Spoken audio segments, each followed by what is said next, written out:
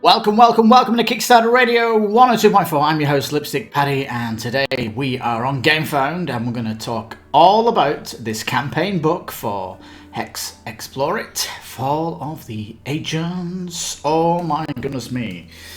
Now you can probably see that I'm a whale pledger. Absolutely whale pledging. Well, first of all, I was only going to come here originally for Volume 4 of the HEXplorit series, and then I got enamoured with the whole thing, and then I wanted to get the campaign for Volume 1 and campaign for Volume 2, and then I want it all. I want it all. So yeah, I've got in for a massive whale pledge, as you can see. But don't you worry, and Gamefound, if you feel like you want to come in and follow what I've done here, don't you worry, because Gamefound does have a stretch pay service. So you basically, when the campaign ends, you only pay 1/6 of your whatever this is, because you're going to pay it over 6 payments. The first payment when the campaign ends, and then you can pay it over the next 5 months.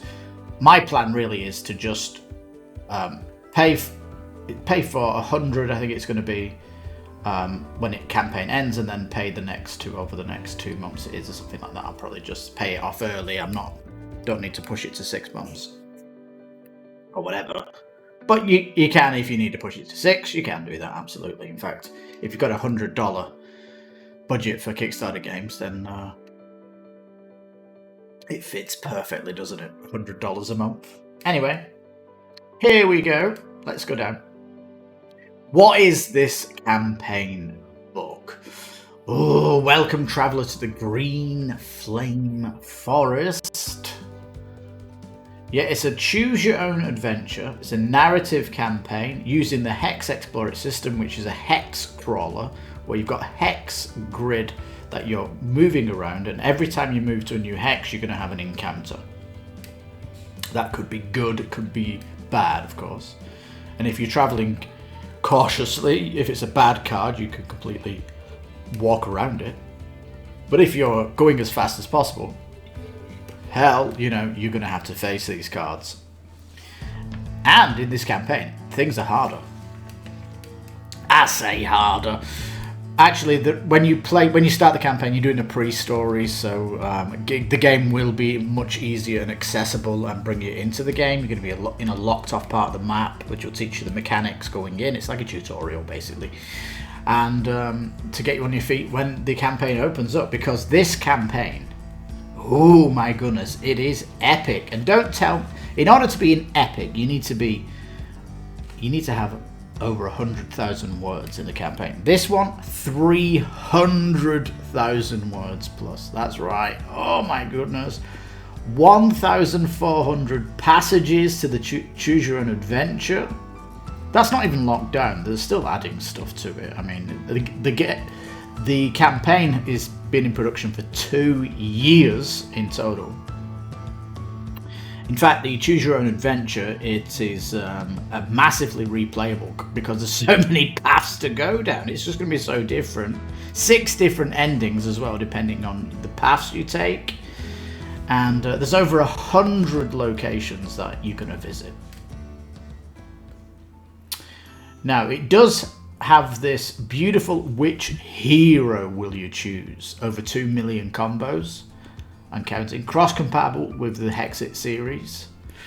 Yet you can bring any class in, any race in, any trait in, and you can also bring familiars in from Volume 4, and you can also bring in keepsakes from Volume 4, which is a way of surviving if you get killed. You basically chain. You can. It gives you like an extra life, an extra thing. Volume 4's keepsakes are fantastic, by the way. If you really, because it is a survival game, and perhaps you are going to die, but keepsakes are going to be fantastic to have. Although, if you want to make it a little bit easier, you can do. You just bring a healer class in that can keep you all up on your toes, and or if you really want to make it really accessible, bring in one of the superheroes, super classes, because that are dual wielding classes.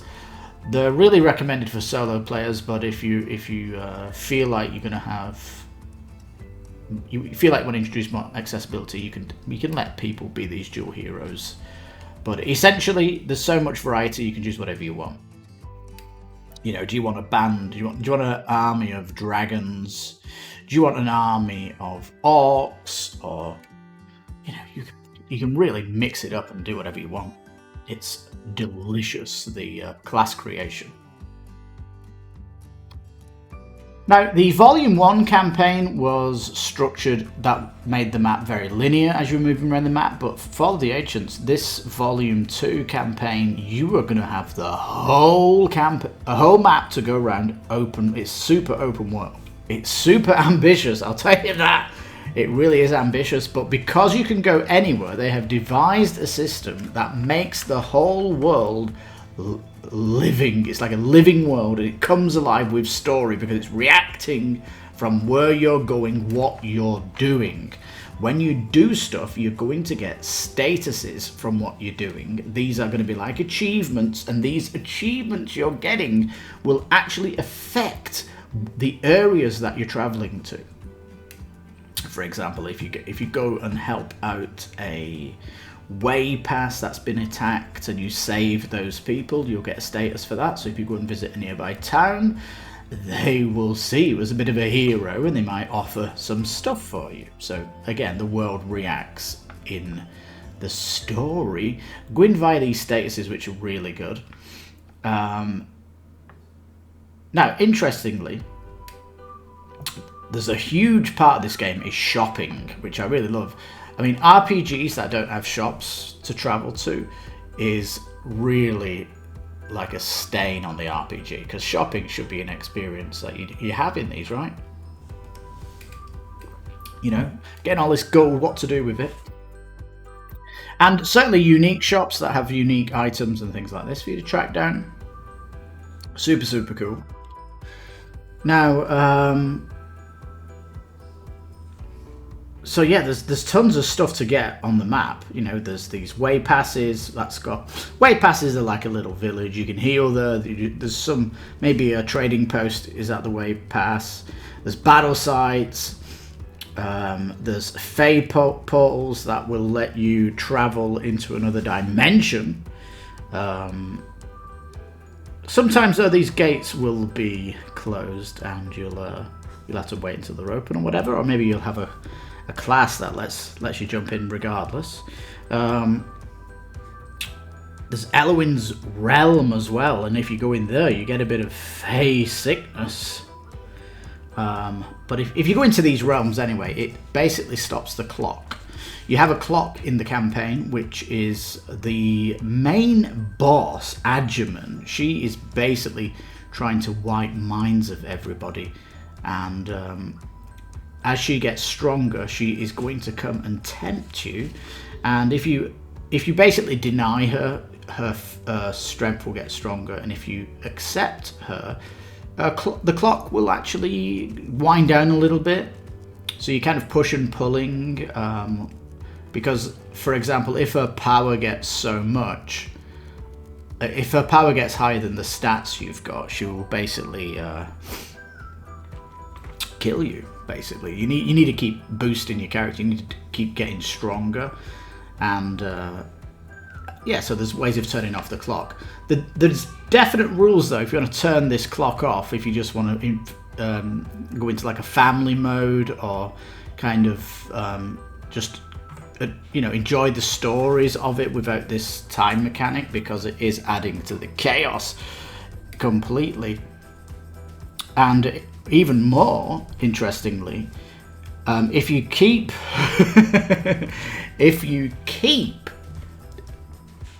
obeying Adjaman, it may affect your personal story. You could get enamored by her and end up working for her, so you could actually become a traitor in the RPG here, in the story. What is going on? Yeah. Also in the story, you might find things like wild essence. It's like a special thing that you pick up. It binds to your characters. You can't trade it or sell it. And everybody wants this thing. Adjaman, the boss, will want it. It's super valuable. NPCs might want it, try and attack you maybe. and you're in danger when holding it, but it's so important to have it. Maybe.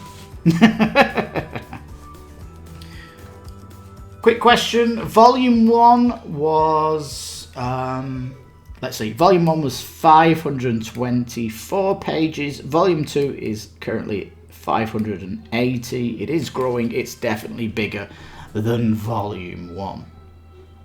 There's certainly a thing down there that you'll see, but as you can see here, the campaign items, they are basically permanent items for your character, and an example of that is a dragonfly glider. This is something that each character can have. It increases their movement, obviously, and movements actually slowed down in this campaign because they really want to balance your movement in it, because there's so many items and boons in the campaign to increase your speed, and there is more danger, as I've said. For example, there is multiple opponents now. You might be fighting 1, 2, or 3 enemies.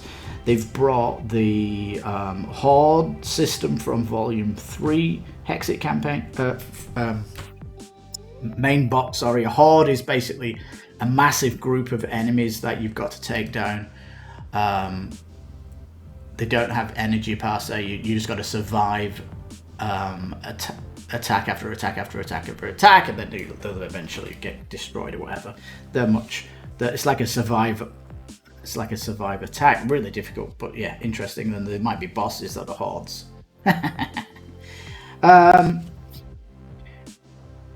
Interesting though, they have brought some features in from the other volumes. Volume 3, they've brought in the corrosive, which is a corrosive attack or damage type, and if you really want, you can bring in mutations from Volume 3, and if you get corrosive, you can maybe mutate your character, and that's another thing you can do if you got Volume 3. Mutations, basically, you could grow an extra eye, so you're a bit more perceptive, grow an extra arm, so you get an extra dice in attack, and it's really bonkers system. Like I say, you can really tune the roleplay any way you want. You can now ambush, which gets you a leg up against maybe 3 opponents as well. You can also retreat, which is a feature coming from Volume 4 if you think it's just going to be too difficult. And but yeah, even though it might be so hard, there's going to be a lot of allies in the game, and there's currently 21 allies. These are going to be fantastic. They're almost worth hunting down for these. They are good. Some are going to be easy there, some are really going to be hard to find. They basically let you choose a favored role in combat. So a favored role gives you an extra die to roll in combat. Like you might be an orc and your favored role is humanoid. So if you fight a human, you can roll an extra die. Well, if you have multiple allies, you can choose one favored role for the battle. That's really good. And you can choose an ally to actually come in combat with you.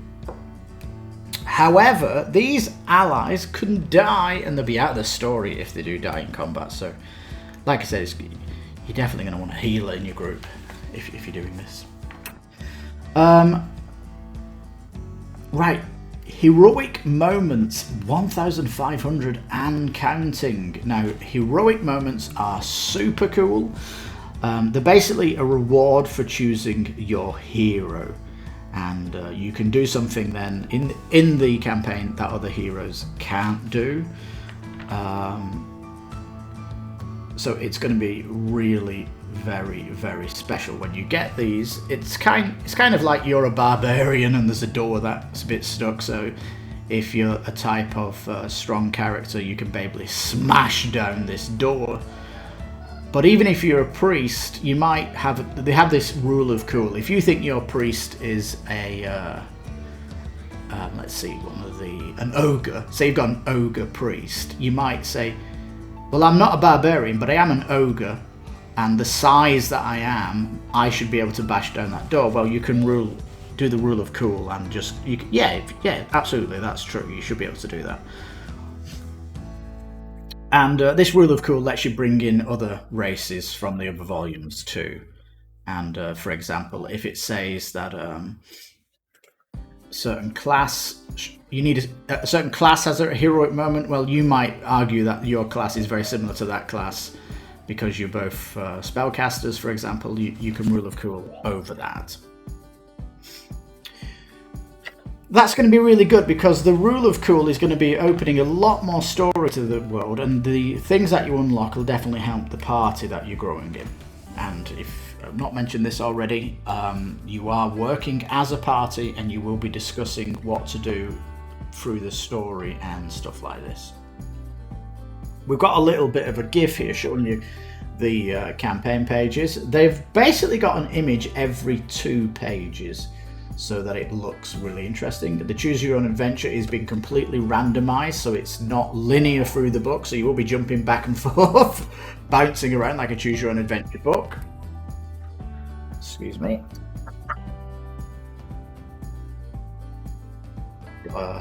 Winter cold in April. Interesting how this winter is pushing forward. So yeah, if you look at the green parts of the book, this is stuff that your heroes or the party has to decide, and that will have you all discussing around the table because it's going to move you around the choose your own adventure. And that's why there's going to be a lot of playability, because if you just look at this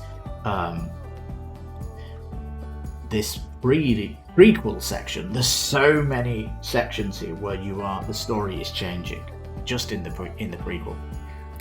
And you know this is only like 35 pages, and it's 500 pages in total. So you've got like a massive campaign to explore. And remember, you're not going to see everything, but there's going to be replayability in the campaign, which just sounds absolutely fantastic. Now, you do need the base game. We'll look at the pledges in a minute. You can just get the base game and the campaign together. However, the other boxes will mix up things for you. For example, if you want to play the dual classes, you're going to have to get the expansion because that brings them in. The dual class system, again, is what you'll need for solo play, unless you want to solo play and play more than one hero. The encounter deck, that even though it says it's optional, I highly recommend you get the encounter deck because it replaces all of the encounter deck enemy cards with cards with art on them. So they've basically gone back. It was something they did on Volume 3's Gamefound site. They brought encounter decks out for volumes 1, 2, and 3 just to bring them in line with the modernization of the HEXplorit system. So the encounter deck is simply updating the deck from the base game. The living card deck, that's going to be great as well to put in because that's just buffing out your cards. You've also got legendary items as well that are coming in from them, and they are going to make your campaign epic when you find one. Of course, it's going to be like, oh yeah, I got legendary, fantastic. Yeah, there's so much cool stuff that can happen. And the Hero FX chest, that has in it aspects that you can bring in as well. Aspects are a way to define your role even further. But if you don't have that box, there is something in the rule books for the campaign which is inherited aspects, and so yeah, there is a way around that. But potentially the hero chest is only for people that have got other volumes. But I think if I was to choose one volume for this campaign book, it would be volume 4, and I would say that simply because it's bringing in the familiars. Yeah, you can get a familiar, which is a nice thing to have, and it actually increases your chance of survivability as well with the death system that they've introduced in volume 4. That's nice coming in, and you can, That's completely optional though, if you want to bring that in. Anyway, this ain't no spoilers. I've just given you a high-level overview of what this is going to have. I'll see if I've got anything else in my notes. I'll tell you, I just want to come down to a nice GIF. So there's the price of the all-in. You get the base box, the expansion, and the book, the encounter deck, the living card deck, and the hero box. Probably not going to need the hero box.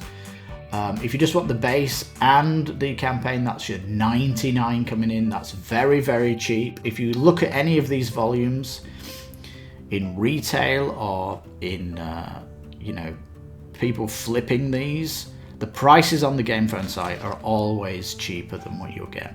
It is quite staggering. And you can just check BGG for people selling these. It's cheaper to come here. It really is. Anyway, there's this aspect of early shipping, and that's something to mention here. I'm sitting on the early ship Rune Master here, which is going to give me all volumes, all expansions and decks, and give me both campaign books, because if you look at the picture here, the diamond in the white section is the campaign book. That's actually going to be standard shipping. And if you look at the other section where it's got 4 diamonds in it, that is early shipping. So I'm going to get all that early shipping, which means I'll be able to play the campaign 1 campaign before the volume 2 campaign gets sent to me, which is delicious. And if you complete the campaign in Volume 1, you will have some statuses that will bleed over into Volume 2. So that's a cool thing to have, actually. Rightio. So if you're playing the campaign, and it's open world, it's not got chapters, when can you save the game? There is going to be milestones. These are going to happen if you do something significant, like you've finished a side chest, killed a boss, done something on the main quest. It's basically a safe and controlled place to kind of rest, and it will reset the timer deck as well, and it's kind of like a reward for doing stuff. So, and they'll basically, it's time to pause the game basically and save it to the next session, maybe. So that's all thought about. Adjuman herself, though, she is going to be going around the map and destroying things, and you're going to have to react to her. Stuff like that. It's fairly interesting. The campaign book, though, is introducing new encounters and bosses to the game as well. So the stretch goals are actually doing stuff, because when the Volume 1 book came out, there were pages in the back of the book with new enemies, and they're doing the same for Volume 2. However, if you get Volume 2's book on Kickstarter, you are going to get the complimentary enhancements. And for example, just click this one. All of the ally cards, and there is, what did I say there were? 21. The 21 ally cards that are at the back of the book, they're actually going to put these on cards. They're going to do that for the allies, the encounters, and they're going to do that for Volume 1 as well. So if you're going in, if you've got Volume 1, you're going to want to get that book, because it's going to give you cards for that as well. Not to mention, they have unlocked this fantastic playmat, which just looks the bomb, and it's good value as well at $34. Does look fantastic, and as soon as you start the campaign, this whole thing's going to be available to you to run around Free Willy, and look at the art. Just gives you an example of some of the bosses and encounters you're going to be facing around here. It looks so good, and yeah, man, I just can't wait to get hold of this game. It just looks fantastic, and I'll just show you the playmat for the Volume 1 that they're doing. Oh, it looks amazing, don't it? I can't wait. And there is going to be 6 volumes in total. They are going to be doing campaign books for each volume, and sure thing, there's going to be 6 playmats in total to collect. So that is very exciting. This is going to take up quite a big thing on your shelf. They've got some new stretch goals to announce though, and this one is Boss Standee Pack. The picture looks like they're only going to give 2 standees, but actually the devil in the detail is standees for each of the bosses in the base box. And so yeah, these are going to be locations on the map where you can just go and fight them, and they're going to have a better presence on the map.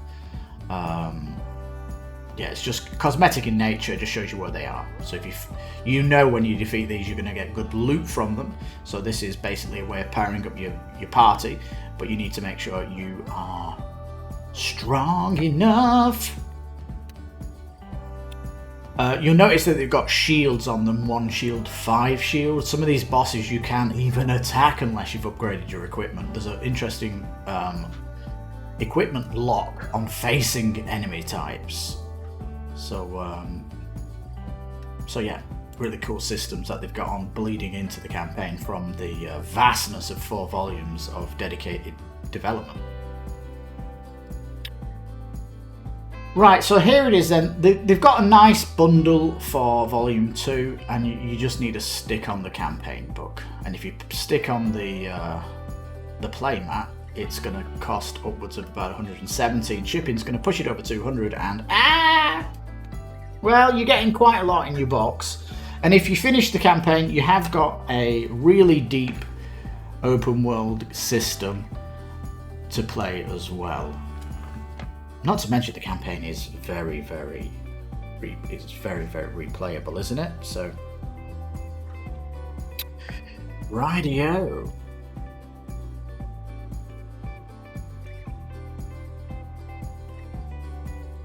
Now, people are asking in the chat, what's going on? We want to get all of it, and you've not got any pledges to get all of it. The problem is they need to unlock volume 3, which is the Sounds of Shirox, and they need to unlock volume 4 so that they're reprinting everything. At the minute, they can't guarantee you get everything, especially as certain stuff is selling out. If I go down to early shipping, this is the stuff that's selling out, and they're limited. And hopefully they get the Kickstarter, the Gamefound's going to unlock where they'll actually be reprinting this, so you'll be able to get the deal to get all 4 volumes in that special deal pack if you're coming in like me wanting to collect it all. And all that stuff. Word on dice. Let me put down here. Now the stat dice are something that base game doesn't have.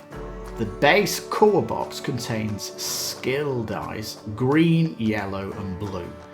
But the skills on your character sheet are you've got 6 more stats. So basically this gives you enough dice to cover all your stats. And there'll be certain things in the campaign that ask you to roll everything. So you can thematically roll all of the dice instead of having to roll dice and write down values and stuff like that. So stat dice are recommended to get 1 of these for each player if you want to be kind. The reason my pledge is so big is because I have... What did I do? I got the Rune Master. I added the playmats. That's right. And I added 4 dice packs and 4 dice bags. I got all 4 of them. So basically, if I've got 4 players coming around, to give everyone a dice bag, they've got a set of dice, they've got a set of skill dice, and they're ready to go. And all that stuff. Anyhow. Shipping is actually quite reasonable. I think the shipping price is good. You can see here kind of the reprints are unavailable, so no whale pledges left, but hopefully this will unlock during the campaign and you'll get these whale pledges reopening and there's a chance for you to come in on that.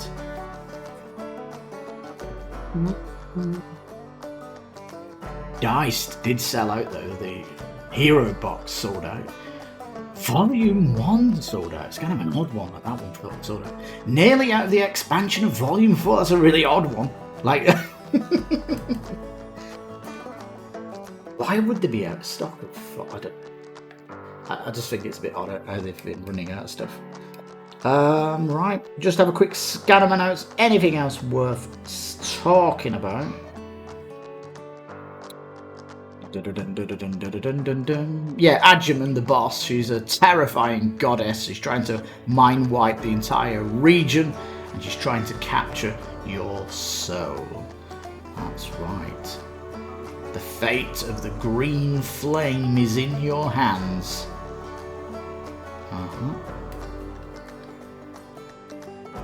But yeah, can't wait to play chapter 1. That looks great.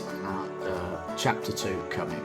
The only problem for me is that if I play chapter 1, I'm not going to have those art cards that are coming in the standard shipping that are getting unlocked at the minute.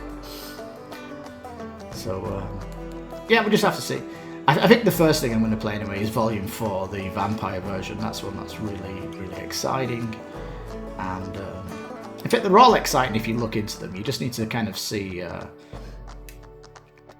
If you go to the official site, the YouTube channel of the devs here, and click on live content instead of videos, live, they've got live videos where they talk about these, and yeah, super exciting to do. Also, in the base game, there is a game mode where a player can take control of a boss. So if someone wants to DM it, that is possible in 1, 2, and 3. Yeah, tons of heroes, classes, jobs, traits. It's just vast. I mean, if you want a kind of a D&D approach, you would probably go for, let's see, go for a nice striker. Let's go for a berserker. Let's go for a healer. I'll go priest. Assist, I'll go bard. Sapper, I'll go sorcerer. Utility, I'll pick assassin, I think, for that one. And duel, if you're going to pick a duel, I'd pick you pick whatever you want, but demonologist sounds fun. Demonologist is like a spirit killer, isn't it? So I like the one, but apparently the one that people really like is the Realm Crosser. But really, I don't think my group would choose one of these. If we prefer to play it a little bit difficult, it's supposed to be survival, and pick 5 and be happy with that. Races, though, absolutely fantastic.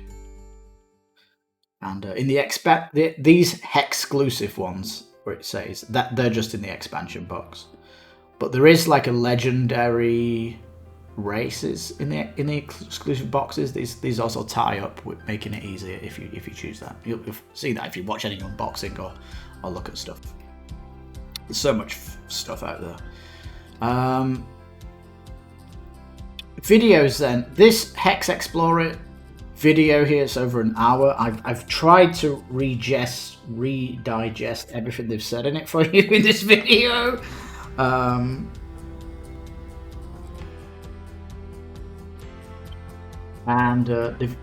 Rob's Gaming Table, he's got fantastic content for HEXplorit. In fact, in his top 100 board games of Rob, HEXplorit is number 8, so he really loves covering this game. And really, if you want to get some news off a YouTuber, you want to get someone who really loves the system, Rob's Gaming Table does a fantastic job. He's actually good fun to watch. He's a good kind of he has nice humour. I highly recommend you check out Rob's Gaming Table, and you can see that I'm a subscriber of his. He does a lot of Twitch live plays, if you don't know him. Yeah, so the map's getting a play map. Why wouldn't you want it? Of course you want it. Loads of destinations to cover. I think it's 50 locations, 100... What is it? 100 locations, but 50 places. Triggered events, chapter passages. A lot of it is secret. A lot of it is we can't tell you. That talks about how the timer works with the power-up decks and things like this. Obeying and defying the goddess. Heroic moments. This is a good example. If you've got a healer in the group or a sapper, it says that there is a natural wellspring of power centered within this cave, feeding the portal its energy. It would be more trivial to access its energies, but with a little more concentration. You believe you can permanently siphon some of the overflowing power. So if any hero earns this moment, all heroes heal all energy.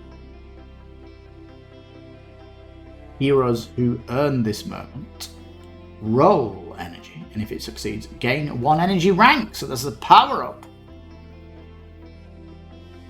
So it's basically you will heal everybody, and the person who's the healer will get an energy power up. So that's great, isn't it? The next heroic moment here is tied to a race or an aspect. The aspect is like the ancestor of the person. So all of these types here are Sylvian ancestral. The site of your ancestral home, along with the ancient and that thing that attached is almost too much. Taking a deep breath, you force yourself to focus, allowing the wellspring to flow through you, washing away your concerns, and in fact leaving you strengthened in the process. Heroes who earn this moment may gain 1 rank in any ability. So that's a good, solid upgrade that you got from that event. Fantastic. This is what's in the book, actually. If you've not got the hero box, you will have these inherited aspects, and it will lock these to these classes to help you. This is going to help you get those heroic moments. But if you, as you can see here, if you get a halfling, it will have ancestor of an underfoot. So if you are rolling your party, you kind of want to make sure you haven't got anyone under the same ancestral aspect. That's something to focus. There is so many of these to have. A maximum party is 5, I want to say.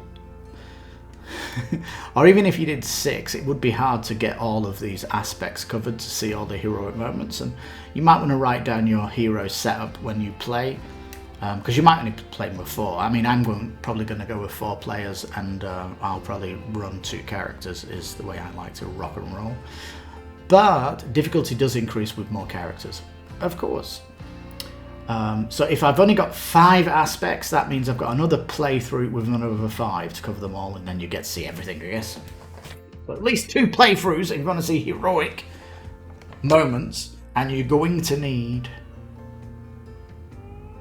to write down ones you've picked. The funny one though is the entomorph. There's only 3 classes in Spiderkin. I say classes. Races. There's only 4 races in that ancestral path. Entomorph. Very cool, isn't it? Not that many in humankind. In fact, there's more elementals than humankinds, and more ogrekins than humans. Oh. Beasts, though, if you want to be a beast. The Ursimar. That's becoming a bear. It's interesting, isn't it? In fact, be interested for me to do a mini-series covering all of these. I'll just probably do a YouTube short talking in less than a minute what each of these races do and what they bring to the table. And I might do the same with the jobs, you know, the classes and stuff. Just for fun. Alright, milestones, allies. Yeah, they are unlocking all these allies, and you're learning a little about them in the updates. I just want to actually go into one of the updates because it talks about the campaign in a little bit more flesh. No, a lot of these allies. Again, you can have all these. You can have a massive party walking down the road like a mini army, which is going to be fun, isn't it? You can only bring one into combat though, which is fine, and you can choose one of them for their favored enemies and stuff like that. So opponents. You've seen kind of a breakdown here of the opponents that you can get. Over 50% from the core box. There's going to be 4 from the expansion box. The living deck's going to have 5. And yeah, they are basically, if you've got all the content, you'll get all these kind of encounters coming in. Now then, they are unlocking encounters and bosses for this campaign. 5 new bosses, and you can see more encounters here. And the bosses are going to have, it's going to be unlocked where these bosses are going to have cardboard standees on the map for you. That's going to be great. And these encounter cards are going to be printed out into cards, so that's going to be lovely. In fact, the comments here from the fans that are backing this, they're all loving the campaign. There's no bad commentary. The actual community is so pleasant and welcoming, friendly. It's been fantastic jumping in the comments. The dev team are in there responding all the time. It's really good to see. And yeah, so more stuff they're doing. Favor reveals. What's a favor? You unlock these favors during moments in the campaign. It's all thematic, and they will give you an offensive buff, defense, or utility buff. You can collect these, and you can change them when you go camping. And so yeah, if there's a tough battle coming up, you might want to buff your defense, or you want to go offensive. You think you're strong enough. I don't know. Let's you tune up your attack anyway. Get your party ready for what's coming up. And some of these favors are going to be stronger than others. And like I say, something else you can go around collecting in the game, not just allies, but favors. New items. Hey, this is nice, isn't it? Are we going to get these item cards? I think so. They need to kind of do a breakdown of stretch goals because it is getting kind of bonkers. There are 100 items you might get. Purchable ones, gear upgrades, of course. Campaign items, dark relics. Dun, dun, dun, dun. Right, let's go to the last update where it talks about the campaign. Nice and easy. Art is delicious in this game. It really is something special. So there's going to be 8 parts to the story. Wow. It's going to be epic, isn't it? The first volume was 20 hours. I think this one's going to push 25 or something like this. Beautiful art. Look at that. Looks good, doesn't it? Campaign milestones, talks about the unlocks they're doing, talks about inventory running out for early shipping. Where's the all-in? We've got to get more unlocks to actually get this back. That's the state of affairs that's going on. So there's a little bit of a voting for storyline as well that's going on. So there's quite a lot here, and you can leave comments, of course, and all that jazz. But basically, they're doing an update every 2 days, and does it want to go back? Does it want to go back? I think I've broken it. Anyway, so yeah, there's going to be 8 enormous, it says, narrative sections.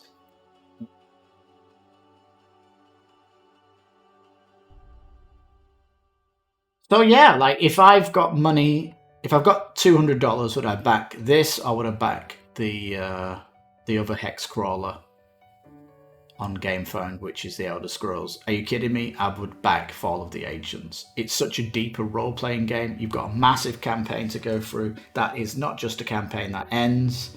It's replayable. You've got a solid open world tool set to have as well when you're not playing campaign. You can bring in stuff from other volumes. Love it. And there's so much stuff that's getting unlocked to buff the game out with more art cards. We're getting we're getting boss standees, and it just looks fantastic. Yeah, I'm gonna have to come back and do a final thoughts because there's 21 days left and they keep announcing cool stuff, and there'll probably be more to add. So this is definitely my first video on the Fall of the Ancients, this campaign book for volume 2. And I highly recommend you get on it. If you, again, minimum coming in is the base box and the campaign box. That's going to be $99. If you do shoot over $100 though, you can, again, as I mentioned, go with the stretch pay of Gamefound, which lets you pay over a couple of months, over 5 months, to pay it off. Stretch pay. It's a good thing to do. Anyway, if you didn't know, this is going to be my last crowdfunding game. That's absolutely, and I found an absolute beauty to jump on because there's going to be 2 more volumes added to the series, and there's going to be 4 more campaign books added to the series, and the rule of expansions, of course, you might have finished backing IPs, but expansions are always there to back, aren't they? Anyway, I hope you've enjoyed the video. Please leave a thumbs up if you did. Leave any comments or questions down below. I'll try and answer them best I can, as I've got my head in the black hole of HEXplorit at the minute. And think about subscribing, because I'm going to have more content for HEXplorit, like I said, where I'm going through all the character classes and all of the races. I've got that planned just because I think that's going to be fun for me to do, and helps me prepare a little bit for when I get it, because if you get anything on the early shipping, that's coming out Q4 this year, and all the rest standard shipping is Q4 next year, I think it is. I'll just have a quick look. All my videos of Gamefound, and this one here has actually taught me how to show me when games are coming out. It shows you on these pledge things, doesn't it? So yeah, September next year. Is that Q4? No, it's Q3, is it? End of Q3. Yeah, so happy days. The early ship Solipis. Let's have a look at this one. So if it's got the 4 diamond icon, you're going to get that early shipping. So if you go for this pledge, you can get the base box and its expansion and play the open world game to get ready. And then when you get the campaign book, you can jump into the campaign. That's pretty good. Now the way they're doing it with the split shipping is the early shipping is getting done by weight, and when you pledge in the box here, everything's got a weight to it already, and you can calculate your shipping with the shipping chart down below. And standard shipping is depending on weight also, and it's actually a very good value. I like what they're doing here. And this isn't just one campaign bringing out a campaign. The first volume campaign got a gold must-play award in the Board Game Magazine, and you know, this is like the 6th campaign, I think, for HEXplorit.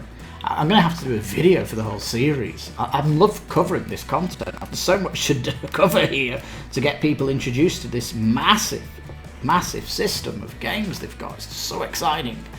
But they've been working on the same system and project for all these years. It's pretty staggering, and it's something we need to wake up to, because if you like adventure games, This definitely should be on your radar, if not on your shelf, peeps. But I'll tell you now, I can't wait to dedicate a whole shelf to all of the content for this game, in volumes 1 to 6 are out, and all the books and 6 playmats accompany it. Wow, it's going to be epic, peeps. Can't wait. Bum bum. Well, there we go. The video, how long did it take? It didn't take 10 hours. Which one YouTuber said, I can't tell you more, it would take me 10 hours to do a video. You might know who that is. Wink wink, put his name in the comments if you're a rock star. Hidden hidden. Anyway, my name is Lipstick Paddy. You might see me in the comments of this Gamefound site. I'm trying to answer questions for people and ask the devs questions as well. I'm kind of vocal. And yeah, this is Kickstarter Radio 102.4. We try to cover all the best stuff on crowdfunding, and even if we're not backing it, fancy that. So that bombshell, thank you so much for watching. I'm Lipstick Paddy. This is Kickstarter Radio 102.4. You take care, stay safe, and hopefully we'll see you in the comments on this Gamefound site. All the best from me. Don't forget, you've got 21 days left to mull over the decision, and look out for my final video, which will be final thoughts when everything has been unlocked for this campaign. Anyway, I'm loving this game. I'm here all the time. I keep the window open all the time. It's so fun answering questions and following the campaign. I love it, peeps. So on that, you take care, stay safe, and bye-bye for now. And can you tell I'm in love with this? Because I am.